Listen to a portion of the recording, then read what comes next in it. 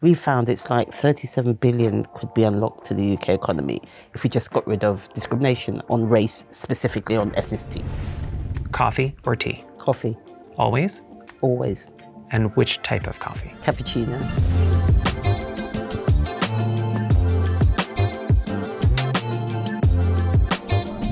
Hi, and welcome to this episode of What Fuels You, where I sit down with social impact leaders to uncover what fuels them to drive positive social change. I'm your host, Andrew Troup, and today I'm sipping coffee and talking impact with Sandra Kerr, Race Equality Director at Business in the Community, to understand more about her journey into social good and what fills her cup. Sandra, thank you so much for being here today. I really appreciate you joining me for this conversation.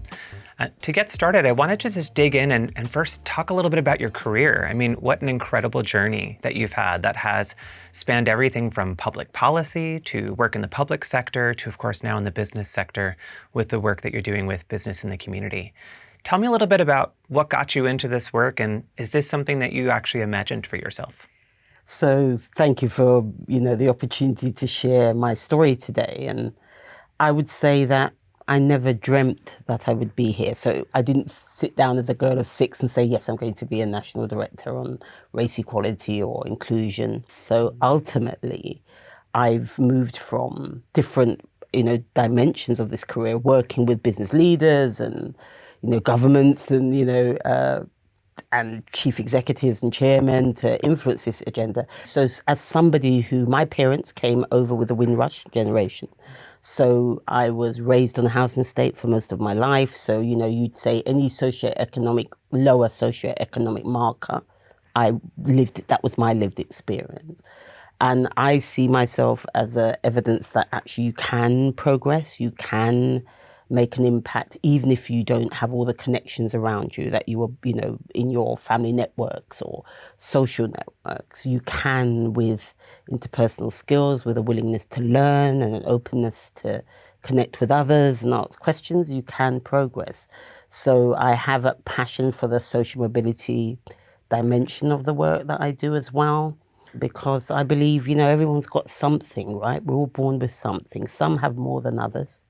But what we all deserve is fair access to opportunity, a chance to increase those skills and to, go for excellence and shine. So those are my kind of really motivations as far as all the work that I do. Those are kind of the things underneath this is, another report from Sandra or whatever. What is fueling that? It's a really fundamental belief that we're all humans, and therefore, why would you not have a chance? Now that you've been doing work with Business in the Community, I know one of the biggest things that you launched was actually the largest survey on race at work. Tell me a little bit about that survey and tell me a little bit about what that has led to and ultimately what has inspired that effort.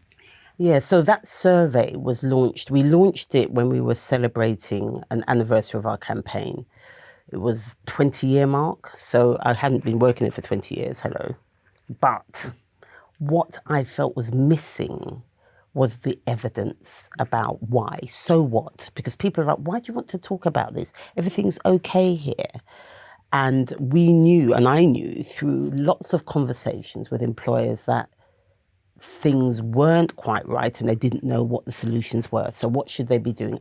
But then there's an element of why should they take them if there's no evidence? They need to be persuaded. So that's where the idea of the survey came in. So we thought, let's say what it says on the tin. And it was called the Race at Work survey because at the time, when this campaign that I worked for, it was launched, it was called Race for Opportunities. But quite quickly, we got smashed through 10,000 and we thought, oh my gosh, it was open for, I think, 7 weeks. And by the end of that period, we had 24,457. And if you notice, I know the precise number. Yes. And if I fast forward to what we're looking at now, and we started to examine employees who said from organisations where they had a leader, I feel much more positive. They were more positive about their career. They're more likely to say they felt included and felt valued.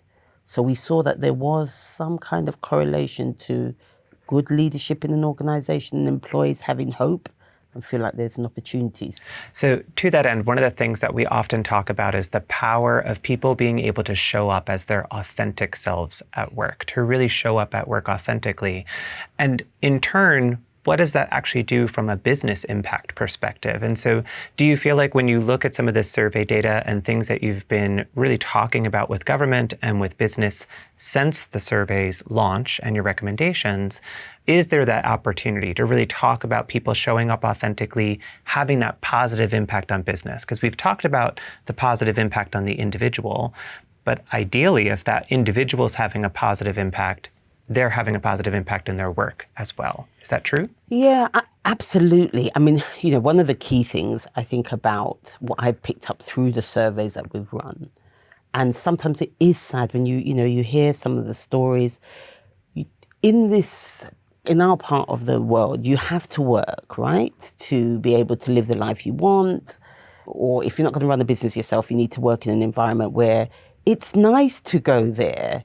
You don't feel like you have to put a mask on. You don't have to pretend to be someone else. I mean, what kind of mental health drama does that drum up because you're afraid that people are going to be judgmental or disrespectful? And I really believe, and a survey we ran before, actually, one of the questions were, what was the top thing that you wanted? And it was 90% for everybody, it was in the 90s, feeling valued. That came out absolutely at the top, valued and respected. So I think there's that fundamental, whatever the initiatives employers pull together, they need to put in place policy and practice around that, ensuring people feel valued and respected. And what does the business get from that? They come out and say, what about this when opportunities come? And recognizing those who do bring great ideas to the table, making sure they get the credit for those ideas. So tell me, Sandra, if you were not in your current role, doing the work that you're doing around being the Race Equality Director at Business in the Community, what might you be doing? I think I would probably be doing something to do with helping, particularly right now. I'm somebody who I find quite responsive, so I think the challenges of the neat young people. And the other area I care about is young women as well. I think there's a need to help them and support them to build their confidence as well. I care about, so that's what I'm saying, all my life it's been public service. So I know I'd be doing something to help people. What might you say to yourself when you think about your own journey and what it looked like navigating that journey and finding your own purpose in life? What might be your advice to your younger self? Top one would be, don't be afraid. Ask questions, particularly of senior people and leaders. They want to help you and they'll be happy to help you. Test when opportunities, talk to a few people that you trust and say, this has come up. And if they're saying, go, go, go, and we'll support you, go for it, go for it. So that's what I would say to myself, to not be afraid, because my experience is opportunities come, we never feel quite ready for them. Mm-hmm. Yeah, but surprise, surprise, when you take up that opportunity, it wasn't as scary after all. Tell me a little bit now about what fuels you today. What fuels you outside of the office? What fuels you outside of work? And do you actually see an alignment between some of the purpose you feel professionally and what fuels you personally or socially? Yeah, I think, so what fuels me in what is a really strange times, is ultimately back to kind of first principles. So I am somebody who believes in God. I have faith, which is why I believe in human beings, and I believe you must take care, respect them all. They're all human, they're all special. Everyone's got some kind of talent or something that you can nurture. Let's also talk about the fact that we're talking about some really challenging issues. Mm-hmm. We're talking about systemic issues that in many cases, we're talking about many years of work and sometimes challenges in seeing change. Mm-hmm. So there's a reality for all of us. Yeah. Even I'm sure for you, there's going to be moments where your motivation gets a little low. Yeah. It happens, right? We have a moment where we've maybe hit the wall, our energy's a little low. What do you do to re-energize yourself? What's that thing that sort of gets your head back in the game and gets you back into it? Because we all have that moment, right? I actually like to go and walk in the park, actually. And I like the night sky. I have a telescope which I'm planning to kind of, it's like I bought one, I like to think about, when I look at all the flowers and all the, nature, and when I look at the night sky, I think, everything's bigger than this. And that gives me hope as well, to think, okay, solutions. And actually, surprisingly, the amount of great things that have come together just by switching off and stop thinking about it. So I do not spend time up night thinking, oh my God, this is terrible. This is getting crazier and crazier. Although sometimes, every day I feel like it can get quite negative. The news, you think, oh, not another thing. If you think about the whole theme of responsible business and having access to nature and green spaces, I think it's really important to go out and get fresh air, to go and just wander around and just relax and chill and leave it behind. So I like that. And then also I like to just zone out and watch Netflix and just flick over and see what's going on and just watch some films that, don't need to be intelligent or, read an audiobook, listen to an audiobook that's not trying to teach me anything, just some novel or whatever, So those are the type of things that I would do to just switch off and I think step away. That's what I do.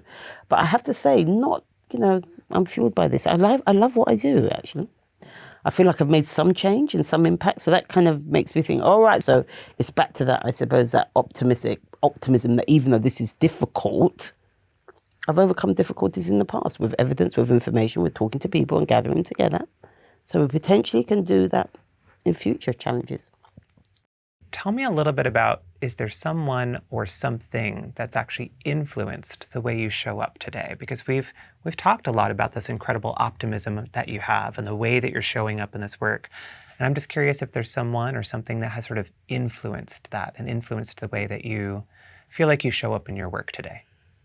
Yeah, I mean, I'd say, I would definitely say my mother is a great example. I mean, I've watched her work her whole life, really kind of almost instilling in us early that be grateful for opportunities that you have and by all means speak your mind, but find a way to do it in a way that's respectful. So what I do is kind of punch people on the nose with the evidence, the data, but not do it in a horrible way, so constructive way. But also I think if you think about when I think about characters who have inspired me, one of the ones who has always done so was Nelson Mandela. That kind of attitude is just amazing. What kind of came out of that. I remember when there used to be concerts trying to campaign for his freedom. But as I say, that peaceful approach to a huge potential opportunity, which could have been horrible. But those things that I've learned from and been inspired always. He's always the person when people say, who's inspired you? He's one of the key ones. Okay, now we're going to enter my favorite part, which is a little bit of a rapid fire set of questions.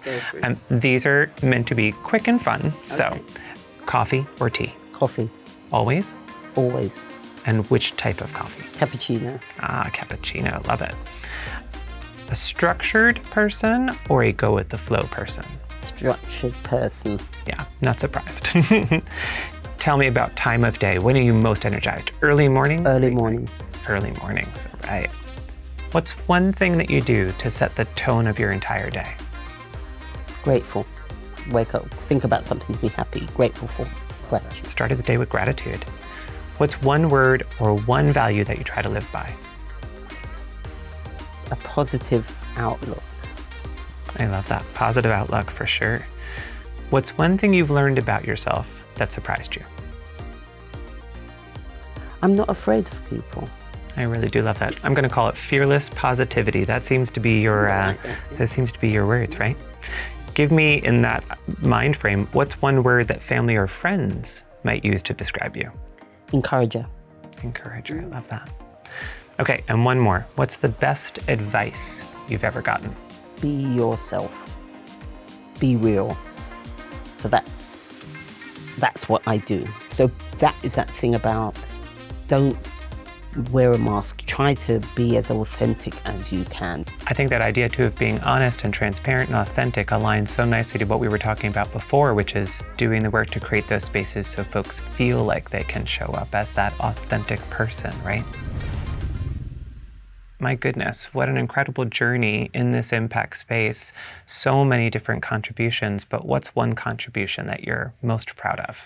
So for me, I suppose the biggest one is, I talked about that survey, which was 24,000. We ran it 3 years later and got another 24,000. So that same evidence base we've used that to fuel our charter, which now has over 1,000 signatories. And these are employers who are like, yes, I want to try and work on leadership. I want to try and work on data.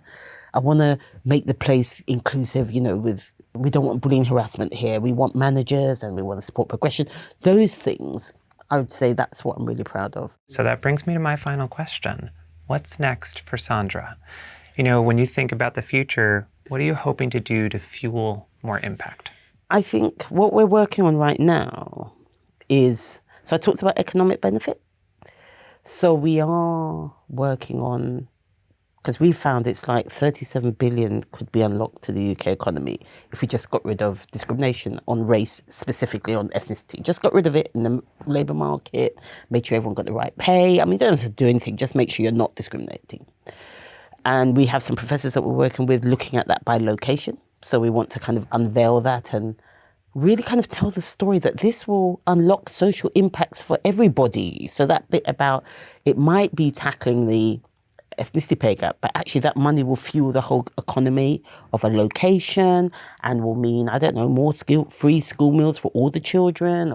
The future will be to really hopefully engage more employers to say, yeah, let's do this, why would we not, right? I see many more chapters ahead of fearless positivity. Fantastic. Sandra, thank you so much for joining me today. It's been so incredible to learn more about you, to learn more about your journey, and most importantly, to learn what fuels you and fuels your impact. Thank you again for joining us. Thank you.